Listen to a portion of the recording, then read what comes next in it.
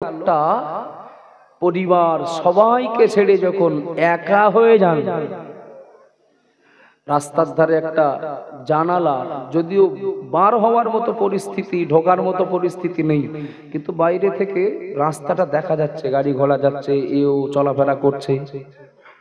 চাতক পাখির ন্যায় তাকিয়ে থাকে, আমার বাড়ি থেকে কে কখন একটু দেখা করতে আসবে, আমার বাড়ি থেকে কে কখন একটু দেখা করতে আসবে। ওরা চাতক পাখির ন্যায় তাকিয়ে থাকে। নবী বলেছেন, যাদেরকে কবরে রেখে আসা হয়, ওই কবরবাসীরা তার জীবিত মানুষগুলোর মুখ পানে তাকিয়ে থাকে, যেটা আমরা বুঝতে পারি না।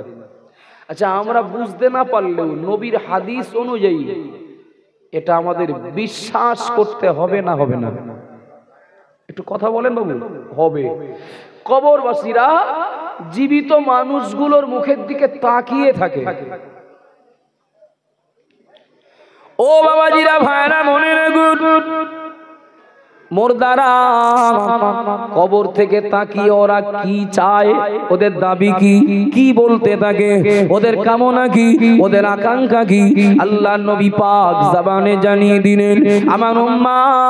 আমার উম্মতিরা মনে রাখো, আমি মুহাম্মাদুর রাসূলুল্লাহ বলছি, কবরবাসীরা ওরা জীবিত মানুষগুলোর মুখ পানে তাকিয়ে থাকে, কেবল একটা আশা নিয়ে, কেবল একটা দাবি নিয়ে। ওগো আমার আপনজন, প্রিয়জনেরা, তোমরা একটু আমার জন্য আল্লাহর কাছে দোয়া করো, তোমরা একটু আমার জন্য আল্লাহর কাছে ক্ষমা প্রার্থনা করো, তোমরা একটু আমার জন্য আল্লাহর কাছে মাগফিরাত কামনা করো। ভুলে যেও না, ভুলে যেও না, ভুলে যেও না। আজ আল্লাহর জেলখানায় বন্দী, আর কোনোদিন খেতে যাব না তোমার বাড়ি, আর কোনোদিন পোশাক পরিচ্ছদ চাইব না, আর কোনোদিন ডাক্তার বাড়ি নিয়ে যেতে বলবো না, আর কোনোদিন ঈদের সময় নতুন জামা কাপড় কিনে দিতে বলবো না। কবরবাসী জীবিত মানুষগুলোর মুখ পানে তাকিয়ে বলতে থাকে, তোমরা একটু আমার জন্য, তোমরা একটু আমাদের জন্য হাকিমের কাছে একটু সুপারিশ করো। আল্লাহ পাক যেন কবরের আযাব থেকে নাজাত দেন, আল্লাহ যেন এই সংকীর্ণ কবরটা একটু বড় করে দেন, একটু প্রশস্ত করে দেন, আল্লাহ যেন অন্ধকার কবরটা একটু আলোর ব্যবস্থা করে দেন, আল্লাহ যেন এই কবরটাতে জান্নাতের নেয়ামত দেন। ও আমার আব্বা জান, মারা মনে রাখুন, ও মা বোনেরা মনে রেখে, কবরবাসীরা আমাদের মুখ পানে তাকিয়ে থাকে। নবীর হাদিস অনুযায়ী এটা যদি বিশ্বাস করে নিয়ে থাকি, এবার একটু বলবেন নাকি, কবরবাসীদের দাবি যদি পূরণ করতে হয়, কবরবাসীদের আশা যদি পূরণ করতে হয়, কবরবাসীদের প্রয়োজন যদি মেটাতে হয়, তাহলে আপনার আমার দায়িত্বগুলো হাকিমের কাছে একটু সুপারিশ করতে হবে। কথা বলেন ঠিক না ভুল? হাকিমের কাছে। হাকিম কে? এ তো দুনিয়ার কোর্টের হাকিম না। ওই জেলখানার আসামিকে আযাব থেকে রেহাই দিতে পারেন বা দেবেন কে? ২-১০ লোক নিয়ে কবরের ধারে যে একটু হুমকি দিয়ে আসলে হবে না? আমার এই কবরবাসী অত্যাচার হলে দেখে নেবো, ওখানে হুমকি দিয়ে আসলে হবে না। কিছু মনে নেন না, কবর জিয়ারাতে হাজার হাজার মানুষ। আমি কবর জিয়ারাতের বিরোধী নই, আমি কবরবাসীদের জন্য দোয়া করার বিরোধী নই, কবরবাসীদের জন্য সওয়াব রেসানি করার বিরোধী নই, বরং এগুলোকে যারা বিরোধিতা করেন, আমার ন্যূনতম জ্ঞানে তাদের বিরোধিতার জবাব দেওয়ার চেষ্টা করি। হাজার হাজার মানুষ কবরের ধারে দাঁড়িয়ে কিংবা কবরের পাশে বসে। আচ্ছা, আমরা এখানে আজকে বসছি, ওয়াজ নসিহত তো হবে, আর সব থেকে ভাইটাল উদ্দেশ্য হলো কবরবাসীদের জন্য একটু মালিকের কাছে সুপারিশ করা হবে। কি সুপারিশ করা হবে? আল্লাহ, কারোর কবরে আযাব হলে মাফ করে দিও। আল্লাহ, কবর যদি সংকীর্ণ হয় তা প্রশস্ত করে দিও। আল্লাহ, কবর যদি অন্ধকার হয় তা একটু আলো করে দিও। বলবো কার কাছে? আল্লাহর কাছে। কে তিনি? Basirhat court, Barasat court, high court, supreme কোর্টের হাকিম যিনি, তাকে বলবো বাবা আপনারা শহর এলাকার মানুষ, আমি তো একেবারে গ্রাম্য এলাকার, মানে ধাপ বাড়ালে বাংলাদেশ বর্ডার সাইটে তো আমার বাড়ি, বসিরহাট থেকে আরো 30 কিলোমিটার যেতে হয়। সুতরাং আপনাদের সাথে আমাদের একেবারে গ্রাম্য এলাকার মানুষদের কিছু পার্থক্য থাকবে, আর কোনো বিষয়ে না হোক, শিক্ষা বলি বা জীবন যাপনের ধাঁচ ধরন, স্ট্যাটাস বলি, যাই বলি, অর্থাৎ আমাদের তুলনায় আপনারা শিক্ষায়, সামাজিকতায়, জ্ঞানে অনেক এগিয়ে। আপনাদেরকে এবার আমি একটু জিজ্ঞাসা করছি, দুনিয়ার কোর্টের হাকিমের কাছে, আচ্ছা হাকিম বললে বুঝতে পারছেন তো, দুনিয়ার কোর্টের হাকিমের কাছে বা জজ যিনি, তার কাছে যে কেউ সুপারিশ করলে তিনি যদি না শোনেন,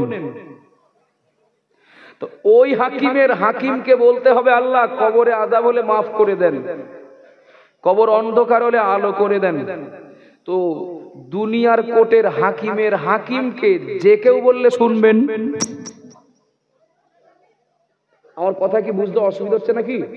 যে কেউ বললে শুনবেন না, এটাই চূড়ান্ত, শুনবেন না। হাজার হাজার লোক নিয়ে কি হবে? উকিল যদি না থাকে, হাজার হাজার লোক কবরের পাশে দাঁড়িয়ে কি হবে? ওদের ভিতরে উকিল যদি না থাকে, হাজার হাজার লোক নিয়ে দোয়া করে কি হবে? দোয়াকারীদের ভিতরে উকিল যদি না থাকে। কেননা হাকিমকে তো বলবেন যিনি, তাকে হতে হবে উকিল। আপনাদের অসুবিধা হচ্ছে নাকি? হাকিমকে বলবেন যিনি, তাকে হতে হবে উকিল। উকিল মানে এটা দুনিয়ার কোনো, আমি সার্টিফিকেট পাওয়া উকিলের কথা বলছি না। আল্লাহর কাছে উকিল কে হবেন? তার যোগ্যতা কি লাগবে? তার সার্টিফিকেট কি লাগবে? তার কোয়ালিটি কি লাগবে? আব্বাজান বারা মনে রেখে দিন, মা মনে না গুন, আমি এই গ্রামের কাউকে আমার বাড়ি 5 বার দাওয়াত করেছি, 5 বার। ও বাবাজিরা, মায়না মনে না গুন, আমার বোনের বিয়েতে দাওয়াত করেছি, আমার মেয়ের বিয়েতে দাওয়াত করেছি, আমার ভাইয়ের বিয়েতে দাওয়াত করেছি, আমার ভাইজির বিয়েতে দাওয়াত করেছি, আমার কোনো আপনার পরিবারের কারোর কোনো সওয়াব রেসানিতে দাওয়াত করেছি। ও বাবাজিরা, মায়না মনে না গুন, এই গ্রামের কেউ, আমার আত্মীয় কিংবা আমার বন্ধু, আমার পরিচিত কেউ 5 বার আমি তাকে দাওয়াত করেছি, একবারও আমার দাওয়াতে যাননি, একবারও আমার দাওয়াতে সাড়া দেননি, একবারও আমার বাড়ি যাননি, একবারও আমার দাওয়াতের মূল্যায়ন করেননি।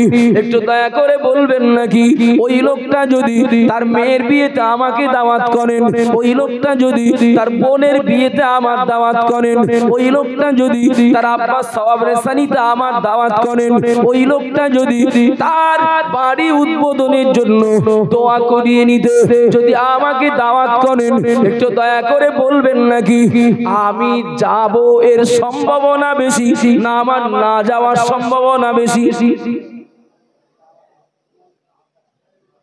একটু নাক সিটকে বলে দেবো, কেন আমার বাবার কালে খাওয়া হয় না? খেয়ে থাকিনি আমি? আমার ছোট লোক পেয়েছেন, 5 বার দাওয়াত করলাম, আমার একটা কথা শুনলেন না, আমার একটা বারের কথা রাখলেন না, আর আপনি আমার ডাকবেন আর আমার যেতে হবে?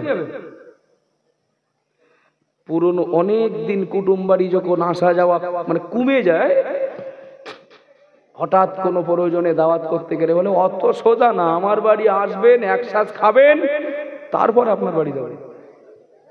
ভুল বলছি নাকি? একটু হ্যাঁ না বলেন না। আমার বাড়ি আসবেন, একসাথ খাবেন, তারপরে আপনার বাড়ি যাব। আমরাই তো বলি আপনি আসলে আমি যাব, আপনারাই তো কারোর বলেন আপনি আসলে আমি যাব, না আসলে যাবেন। আব্বাজান বারা মনে না গুন, ওগো মা বোনেরা মনে কে দিন, আমি কাউকে 5 বার দাওয়াত করেছি, সেই লোকটা যদি আমার দাওয়াতে সাড়া না দেন, আমি তার দাওয়াতে তার ডাকে সাড়া দেব না, এটাই কিন্তু স্বাভাবিক। ঠিক বলছি না ভুল বলছি? ও বাবা জিরা মায়েরা মনে রাখুন, আপনাদের এই চাঁদপুর গ্রামে 4টে মসজিদই রয়েছে। মসজিদের মাইকে দৈনন্দিন 5 বার মুয়াজ্জিন সাহেব আল্লাহর দিকে ডাকছেন। দৈনন্দিন 5 বার মুয়াজ্জিন সাহেব এই মহল্লার মানুষ দিগকে আল্লাহর দিকে ডাকছেন, হাইয়া আলাস সালাহ। ও বাবা জিরা মায়েরা মনে রাখুন, এবার একটু দয়া করে বলবেন নাকি দৈনন্দিন 5 বার আল্লাহর দিকে আমাকে ডাকা হচ্ছে, আমি যাই না, আমি ফজরের ডাকে গেলাম না, আমি জোহরের ডাকে গেলাম না, আমি আসরের ডাকেও গেলাম না, সন্ধ্যাবেলা আল্লাহর দিকে আবার ডাকা হলো, আমি ওই ডাকে গেলাম না, আবার এশার আজানে ডাকা হলো, আমি তাও গেলাম না। যখন আল্লাহর দিকে আমাকে ডাকা হয়, আমি তখন চায়ের দোকানের দিকে যাই। আল্লাহর দিকে আমার যখন ডাকা হয়, আমি তখন পার্টির মিটিং করতে যাই। আল্লাহর দিকে আমার যখন ডাকা হয়, আমি তখন মাঠে বা আমার কাজে বার হওয়ার প্রস্তুতি নেই। আল্লাহর দিকে যখন ডাকা হয়, আমার কোন আপনজন হসপিটালে, তাকে দেখতে যাওয়ার জন্য গাড়ি বার করি। ও বাবা জিরা বায়না মনে গেদিন, হাকিমকে বললে হাকিম শুনবেন, কিন্তু ওই হাকিম তো আপনাকে আমাকে দৈনন্দিন 5 বার তার দিকে ডাকছেন। এখন আল্লাহর এই ডাকে সাড়া দেবেন যিনি, সেই লোকটা যদি আল্লাহকে ডাকেন, আশা করা যায় ওই লোকটার ডাকে আল্লাহ সাড়া দেবেন।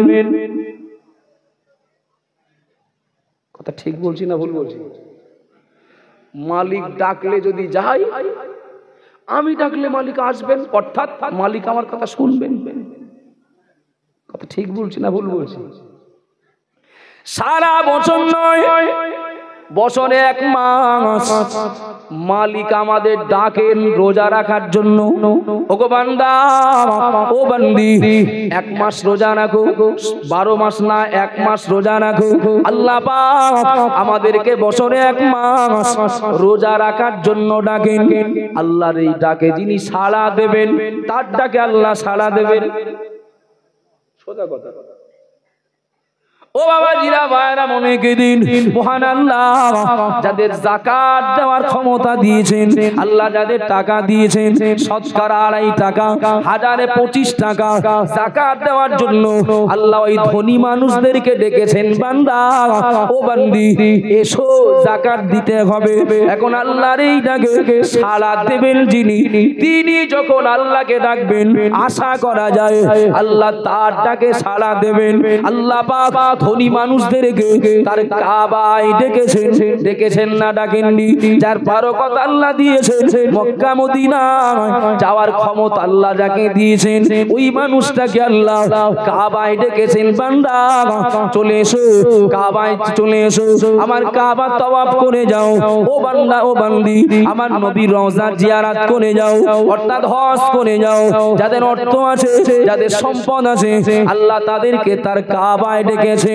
আল্লাহর এই ডাকে যে বান্দা সাড়া দেবেন, আশা করা যায় তার ডাকে আল্লাহ সাড়া দেবেন। আল্লাহ আমাকে বলেছেন, বান্দা খবরদার যেন সুদ খেও না, লটারিটা যেন কেটো না, মিথ্যা বলো না, পরের মাল আত্মসাৎ করো না, নারীদেরকে বেপরদায় ঘুরিও না, ভাই বোনের হক নষ্ট করো না। ওগো বান্দা, আমার এই কথাগুলো শুনো। আমরা যদি আল্লাহর ওই কথাগুলো শুনি, এরপরে আমরা যদি বলি আল্লাহ আব্বার কবরে আযাব দিও না, আল্লাহ আমার কথা শুনবেন? কেমন ভুল হচ্ছে নাকি? ও বাবাজিরা ভাইরা মনে রাখুন, আল্লাহ আমাদেরকে বলেছেন সুদ খেও না, নিষেধ করেছেন খেও না। আমি যদি আল্লাহর এই কথা শুনি, এরপরে আমি যদি বলি আল্লাহ আমার আব্বা মায়ের কবরে আযাব দিও না, আল্লাহর কথা আমি শুনলে আশা করতে পারি আল্লাহ আমার কথা শুনবেন। আল্লাহ আমাকে বললেন, বান্দা, ওগো বান্দা, ও বান্দি, লটারি কেটো না, মদ খেও না, জুয়া খেলো না, ভাই বোনের হক নষ্ট করো না, আব্বা মায়ের কষ্ট দিও না। আল্লাহ আমাকে বলেছেন, আল্লাহর এই কথাগুলো যদি আমি শুনি, এবার আমি যদি আল্লাহকে বলি, আল্লাহ, আমার মুর্দা, আমার আব্বা, আমার মা, আমার দাদা দাদি, আমার নানা নানি, আমার অমুক মুর্দারা জানা খবর, আল্লাহ ওদের কবরটা সংকীর্ণ করে দিও না, ওদের কবরটা অন্ধকার করে দিও না। আল্লাহ আল্লাহ দেন না, এটা তার কর্মদোষেই হয়। আমি বোঝানোর জন্য বলছি, আল্লাহ কবরে আযাব দিও না, কষ্ট দিও না। তাহলে আল্লাহ আমার যেগুলো নিষেধ করেছেন, আমি যদি আল্লাহ নিষেধ শুনি, আশা করা যায় আমার কথা আল্লাহ শুনবেন। আল্লাহ আমার যেগুলো করতে বলেছেন, বান্দা নামাজ পড়ো, আমি যদি শুনি, বান্দা রোজা রাখো, আমি যদি শুনি, বান্দা হজ করো, আমি যদি শুনি, বান্দা যাকাত দাও, আমি যদি আল্লাহর এই দাওয়াতে যদি সাড়া দেই, এবার আমি যদি আল্লাহকে বলি, আল্লাহ আব্বা মায়ের কবরে, আল্লাহ দাদা দাদি নানা নানির কবরে, আল্লাহ জান্নাতের টুকরা কবরটাকে বানিয়ে দাও। আল্লাহর দাওয়াতে আমি সাড়া দিয়েছি, আশা করছি আমার দাওয়াতে আল্লাহ সাড়া দেবেন। আল্লাহ পাক কবরটাকে প্রশস্ত করে দাও, আল্লাহ কবরটাকে আল্লাহ জান্নাতের বিছানা বিছিয়ে দাও। ও বাবা জিরা মায়েরা মনে রাখুন, এক কথায় উকিল তো তারা, সুপারিশ তো তারাই করতে পারে যারা আল্লাহর কথা শোনে। বোঝা যাচ্ছে নাকি? আল্লাহর কথা শোনে যারা, তারাই উকিল। হুজুর না, মসজিদের ইমাম সাহেব শর্ত না, মাওলানা মুফতি শর্ত না, পীর সাহেব শর্ত না, আমির সাহেব শর্ত না, নাজিম সাহেব শর্ত না। শর্ত হলো যে আল্লাহর কথা শোনে সেই উকিল, যে আল্লাহর কথা শোনে সেই উকিল, অর্থাৎ সে আল্লাহর কাছে বলতে যোগ্যতা অর্জন করেছে। আপনাদের অসুবিধা হচ্ছে নাকি? যদি মনে হয় দোয়া এক্ষুনি হয়ে যাবে, আমি তাকবীর দেব, আপনারা সুবহান রাব্বিয়াল আযীম, সুবহান রাব্বিয়াল আলা তসবিহ পড়া মতো মনে মনে আল্লাহু আকবার বলবেন, যদি এক্ষুনি দোয়া হোক চান। আর যদি মনে হয় আর ক মিনিট চলুক, তাহলে একটু তাকবীর নামাজটা জোর দিলে আমি বুঝতে পারবো, তারপর আর দুটো কথা তো বলা যাবে। বুঝতে পেরেছেন না? পারেননি? আমি দোষ ঘাড়ে রাখার পক্ষে না, আপনাদের কষ্ট করে জোর করে ইচ্ছা না থাকলে বসিয়ে রাখবো, আমি অনীতির ঘোর বিরোধী। তাড়াতাড়ি শেষ হলে আপনারাও সকাল করে বাড়ি যাবেন, আমিও বাড়ি যাবো, আমার তো বেশি লাভ, অনেক দূর যাবো। তো আর ক মিনিট চলুক যদি চান, তাহলে তাকবীর আমার জোর হবে। আর এক্ষুনি যদি দোয়া করার পক্ষে থাকেন, তাহলে আস্তে আস্তে তসবিহ পড়া মতো আল্লাহু আকবার হবে। তাকবীর দেই এবার, নারে তাকবীর। দুটো পর্যন্ত চলবে না, আড়াইটা পর্যন্ত আমি ঠিক বুঝতে পারলাম না। এর থেকে জোর বেশি হলে ফজর পর্যন্ত ধরে নেবো বলো আমি। নারে তাকবীর। চাঁদপুর গ্রামের কবরবাসীদের উদ্দেশ্যে মহান ইসালে সওয়াব। চাঁদপুর গ্রামবাসীর পক্ষ থেকে কবরবাসীদের মাগফিরাতের জন্য মহান ইসালে সওয়াব। নারে তাকবীর। তো বীরে স্পষ্ট, আমি ফজর পর্যন্ত চালালো আমার কোনো দোষ হবে না, চলে। কি বললাম? তাহলে কথা ক্লিয়ার হলো না? হলো না যে কবরবাসীদের জন্য একটু উপকার করতে গেলে আমরা যারা বেঁচে আছি আমাদের আগে ভালো হতে হবে। বছরে একদিন বিরিয়ানি খাইয়ে জাকজমক করে সভা সমিতি ইসালে সওয়াব করে কবরবাসীদের বড় লোক করে দিয়েছি, এটা বলো ভুল ধারণা। এটা কিন্তু ভুল ধারণা। আজ কবরবাসীদের জন্য দোয়া করব সবাই, কালকে দোয়া লাগবে না। কথা বলে কবরবাসীদের আজকের আমরা ভালো মন্দ খাইয়ে সব বাড়ি যাব, কালকে লাগবে না। তাহলে আমি নিজে যদি হই আল্লাহর কাছে উকিল, তাহলে প্যান্ডেলও লাগবে না, তাবারকও লাগবে না, গ্রামের লোক এক জায়গায় হওয়াও লাগবে না, হুজুরির নজরানাও লাগবে না। আমি নিজে যদি উকিল হই, বিনা তাবারুকে, বিনা প্যান্ডেলে, বিনা আলেম দাওয়াতে আমার মুর্দারা প্রত্যেক দিন 5 বার করে দোয়া পাবে। একটু জোরে বলবেন না, আর একটু মহাব্বতে বলেন না সুবহানাল্লাহ। আর আমি যদি উকিল না হই, কবে কে আমার মুর্দার জন্য একটু দোয়া করে দেবে, ওই অপেক্ষায় থাকতে হবে। কথা ঠিক না ভুল? আমার খুব অভাবের সংসার, আমার খুব অভাবের সংসার। আমার বাপ মাকে না আমি খেতে দেই না, কিন্তু আমার বাপ মাকে দায়িত্ব নিয়েছে গ্রামের 30 জন লোক, ওরা পালা করে একদিন করে খেতে দেয়। একটু খেয়াল করেন, আমি ফাও গল্প করি না, সময় নষ্ট করার জন্য কথা বলি না। আমার বাপ মাকে আমি খেতে দেই না, তবে আমার বাপ মাকে আমি যা খেতে দিতাম তার থেকে আরো অনেক ভালো খেতে দেন গ্রামের 30টা পরিবার। প্রত্যেক দিন মাছ দেয়, গোশ দেয়, হালুয়া, পোলোয়া, বিরিয়ানি দেয়, কিন্তু আমি খেতে দেই না। খাওয়ার টাইম হয়, পাড়ার লোক এসে বারান্দায় বাপের জন্য মায়ের জন্য ভাত দিয়ে দেয়। আচ্ছা, পাড়ার লোক যতই রাজভোগ আমার বাপ মাকে দিয়ে যাক, পেট ভরবে হয়তো, মন ভরবে কেন? এত ভালো মন্দ খেতে দিল মন ভরবে না? আমি নাই, দেই নাই, দেখছে তো কেউ না কেউ, মন ভরবে কেন? ভরবে না? পাড়ার লোক বিরিয়ানি দিয়ে গেলেও আব্বা মায়ের পেটে ক্ষুধা না থাকলেও মনে বলো ক্ষুধা থাকবে।